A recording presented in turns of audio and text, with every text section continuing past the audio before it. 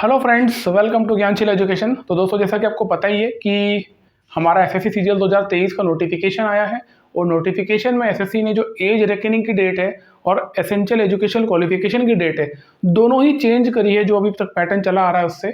और इसकी वजह से बहुत सारे बच्चों का नुकसान हुआ है।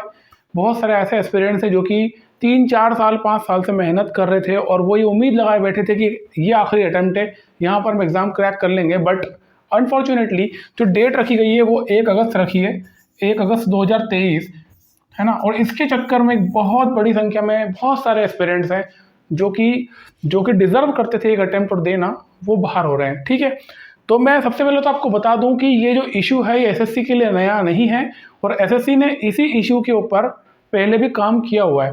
ठीक है, तो आप सबसे बड़ी बात तो मैंने जो लिखा है ना, प्रॉब्लम सॉल्व्ड, ये मैंने इसलिए लिखा है, ये प्रॉब्लम अभी सॉल्व हुई नहीं है, लेकिन जो सोल्यूशन मैं आपको बताने वाला हूँ बहुत ईजी है।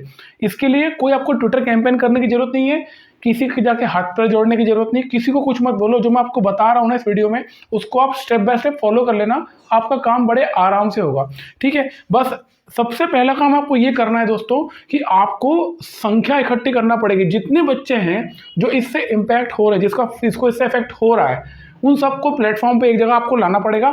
मैंने इसके लिए एक टेलीग्राम ग्रुप बनाया हुआ है, उस टेलीग्राम ग्रुप को आपको ज्वाइन करना है और ज़्यादा से ज़्यादा लोगों को उसको ज्वाइन करवाओ, है ना। उसके बाद में जो भी करना है वो प्रोसेस मैं आपको बताने वाला हूँ यहाँ पर कि आपको आगे क्या करना है, और ये प्रॉब्लम बड़े आराम से सॉल्व होगी, मेरा विश्वास करो, क्योंकि एसएससी सेम प्रॉब्लम पहले डील कर चुका है। ठीक है, तो सबसे पहले तो पुराना डेटा उठा के देखते हैं, देखो क्या हुआ है।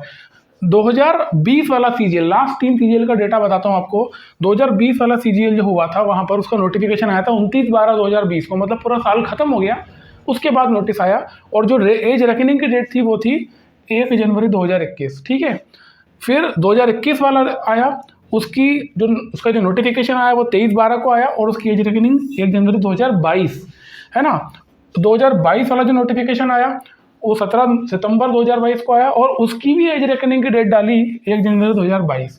यानी कि दोनों एग्जाम, ये एग्जाम और ये एग्जाम, दोनों की एज रेकनिंग की डेट एक ही थी, पहली चीज। अब सीजीएल 2023 आता है। ठीक है, अभी नोटिफिकेशन है आपके सामने 3 अप्रैल को और इसकी डाल दी इन्होंने 1 अगस्त 2023। ठीक है, अब ये बेसिकली इनजस्टिस तो है ही। यहाँ पर एसएससी ने एक और काम किया है कि एसएससी ने जो एसेंशियल एजुकेशनल क्वालिफिकेशन है उसकी डेट भी 1 अगस्त ही रखी है। बट वो चलो ठीक है, उसके लिए भी हमने कैंपेन चलाया था। कई सारे ऐसे बच्चे हैं जो कि फाइनल ईयर में हैं और वो कह रहे थे कि सर हमको भी एक मौका मिलना चाहिए एग्जाम देने का, हमारा रिजल्ट मई में नहीं आएगा। तो ये अच्छी बात है, आपने एजुकेशन क्वालिफिकेशन की जो डेट डाली रखी है वो 1 अगस्त है। तो बहुत सारे बच्चे हैं जो फाइनल ईयर में वो इसमें आ जाएंगे। लेकिन वो बच्चे जिनका आखिरी अटेम्प्ट है, जिनका जन्मदिन, जिनका बर्थडे जो है वो 1 जनवरी से लेकर के 1 जनवरी 1993 से लेकर के मान लो 31 जुलाई 93 तक के बीच में आ रहा है। 1 जनवरी 1993 से लेकर के 31 जुलाई 1993 के बीच में जो बच्चे आ रहे हैं, तो वो सब तो कंपटीशन से बाहर ही हुए और ये बहुत बड़ी संख्या में बच्चे हैं। तो उनका अब क्या होगा? देखो, कुछ नहीं करना है, मैं आपको बताता हूँ। ये प्रॉब्लम पहली बार नहीं आई है, ये एक नोटिफिकेशन है एसएससी का, ये एक एसएससी का नोटिस है और ये नोटिस है रिगार्डिंग सीजीएल, एक सेकेंड, रिगार्डिंग सीजीएल 2016। अब ये प्रॉब्लम पहले भी हो चुकी है। देखो, मैं एक्चुअली यार ये नोटिस जो है ना, मैंने ढूंढने की कोशिश की है पर एसएससी की वेबसाइट पे मिल नहीं रहा, क्योंकि वेबसाइट पे 2018 के पहले का डेटा नहीं है। तो ये मुझे ग्रुप में ही ये नोटिस मिला है, तो मैं इसके बारे में आपको बताता हूँ। जितना ये बड़ा हो सकता है ना उतना बड़ा पहले कर लेते हैं ताकि, और ये ग्रुप पे आपको ये नोटिस मिल जाएगा। ठीक है, अब मैं आपको पढ़ के बताता हूँ कि ये नोटिस बोल क्या रहा है। देखो, सबसे पहली बात तो ये नोटिस किस रिगार्डिंग है? Important notice regarding combined graduate level examination 2016, मतलब 16 के रिगार्डिंग ये नोटिफिकेशन है। और जो नोटिफिकेशन आया था वो 13 फरवरी 2016 को आया था, मतलब एसएससी सीजीएल 2016 का एग्जाम नोटिस आया था 13 फरवरी 2016। अब इसमें हुआ क्या, इन्होंने जो एज रेकनिंग की डेट डाली थी वो डाली थी 1 अगस्त 2016। ठीक है, जब ऐसा एसएससी ने किया तो ये खुद ही एसएससी कह रहा है, the notice provides that the age limit will be reckoned as on 1/8/2016। The cut off is based on DoPT instructions content in OM number. ये वाला एक्चुअली वो उसका हवाला दे रहा है कि जो डीओपीटी का एक नोटिस है, एक ओएम नंबर 14017 ऐसा कुछ नोटिस है, जिसमें ये कहा गया है कि अगर कोई एग्जाम साल के आधे हिस्से की उस तरफ अगर होती है तो हम ये एज रखने की डेट डालेंगे, ठीक है। बट तीसरे पॉइंट में एसएससी क्या बोल रहा है, अब सुनना ध्यान से, a number of representations have been received by the government, समझ रहे हो, and the commission for the relaxation in cut off date to 1/1/2016। मतलब एसएससी को और सरकार को ऐसे बहुत सारे रिप्रेजेंटेशंस मिले हैं जिसमें ये रिक्वेस्ट किया गया है कि जो एज रेकनिंग की डेट है वो 1 अगस्त से घटाकर 1 जनवरी 2016 की जाए, ठीक है। ये एसएससी ने पाया उस नोटिस में। अब उसके बाद वो क्या बोल रहा है, keeping in view the interest of the candidates the competent authority has approved the proposal to allow the candidates fulfilling the age criteria on 1 January 2016 to also apply in response to SSC advertisement 2016, ठीक है।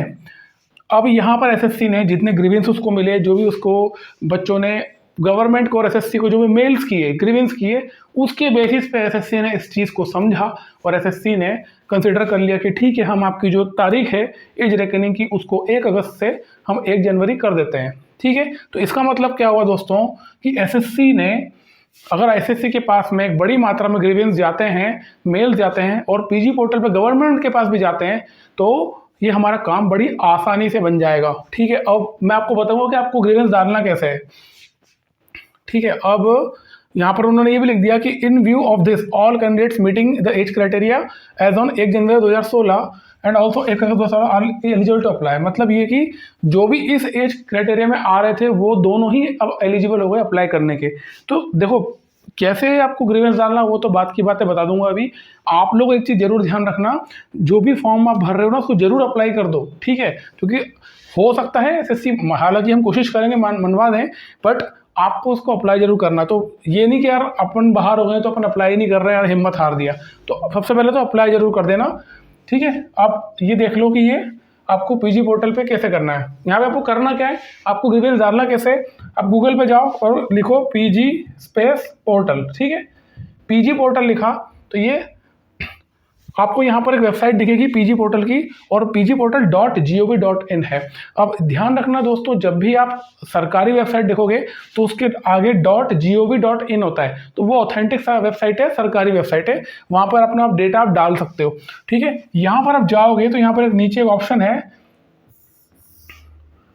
Laws public grievance, ठीक है, इस पर click कर दो। अब ये बोल रहा है कि grievance can now B launched only by registered users, मतलब ये कि आपको इसमें रजिस्ट्रेशन करना पड़ेगा, उसके बाद ही आप ग्रीवेंस डाल सकते हो। तो यहाँ पर लिखा हुआ क्लिक हियर टू रजिस्टर, इस पर क्लिक कर दो। बस अब कुछ नहीं करना, आपको नाम डालना है, अपना जेंडर डालो, एड्रेस पूरा डालना पड़ेगा, क्योंकि आप सरकार से ग्रीवेंस कर रहे हो तो सरकार को आपका आइडेंटिटी चाहिए, कोई दिक्कत नहीं है। अबे कहाँ चले गया, एक सेकेंड, ठीक है। Country, state, district, pin code, सब कुछ जो भी आपके पर्सनल डेटा है, मोबाइल नंबर और ईमेल एड्रेस डाल देना। ये सब डाल करके आप सबमिट कर देना। जब ये आप करोगे ना तो आपकी ईमेल पे एक लिंक आएगा, ठीक है। उस लिंक पे आप क्लिक करना या उस लिंक को कॉपी करके आप ब्राउजर पे पेस्ट करना, तो आपके सामने एक पेज आएगा। उस पेज पे आपको अपना आईडी बनाना है और पासवर्ड क्रिएट करना है, ठीक है। और मोबाइल नंबर आपको डाला है आपने, तो वहाँ पर आपका एक ओटीपी आएगा, तो आपका लॉगिन आईडी पासवर्ड क्रिएट हो जाएगा। जैसे ही क्रिएट हो उसके बाद आप जाकर के जो ग्रीवेंस लॉन्च करने का ऑप्शन है वहाँ पर जाकर के आप ग्रीवेंस लॉन्च कर सकते हो, और अपनी लैंग्वेज जो आपकी प्रॉब्लम आप फेस कर रहे हो कि आप इसकी एग्जाम की तैयारी कर रहे हो और क्योंकि आपकी एज खत्म हो रही है यहाँ पर, तो जो भी आपको लगता है आपकी लैंग्वेज में उसको आप ग्रीवेंस डालो, गवर्नमेंट बिल्कुल सुनेगी, ठीक है। देखो इसमें बहुत बड़े चांसेस है कि हमारा काम बन सकता है। इसका रीज़न मैं आपको बताता हूँ कि ऐसा कोई इतना पत्थर की लकीर नहीं है जो कानून है, ऐसा भी नहीं कि मतलब इसको बदला नहीं जा सकता, क्योंकि एसएससी ने ऑलरेडी इसको पहले बदला हुआ है ना। भले डीओपीटी का नॉर्म है कि भाई साल के 2 हिस्सों, मान लो जनवरी से लेकर के जून तक, ठीक है, ये होता है फर्स्ट हाफ, है ना। और सेकंड हाफ कौन सा होता है,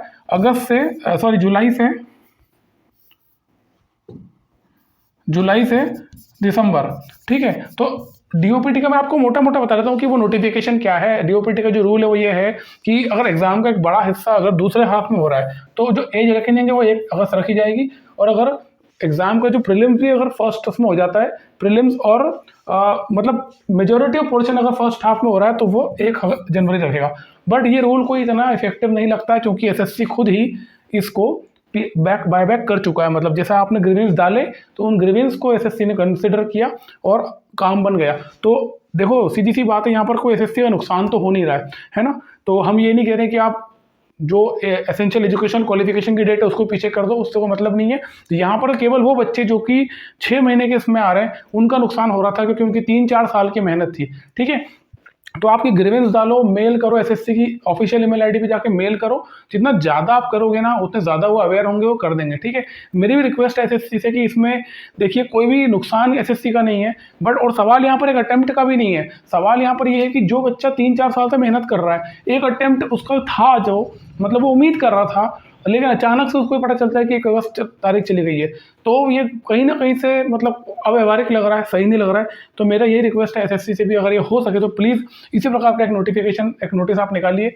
और जो डेट है उसको 1 जनवरी कर दीजिए। ठीक है, तो उम्मीद करता हूँ ये प्रॉब्लम सॉल्व जल्दी होगी।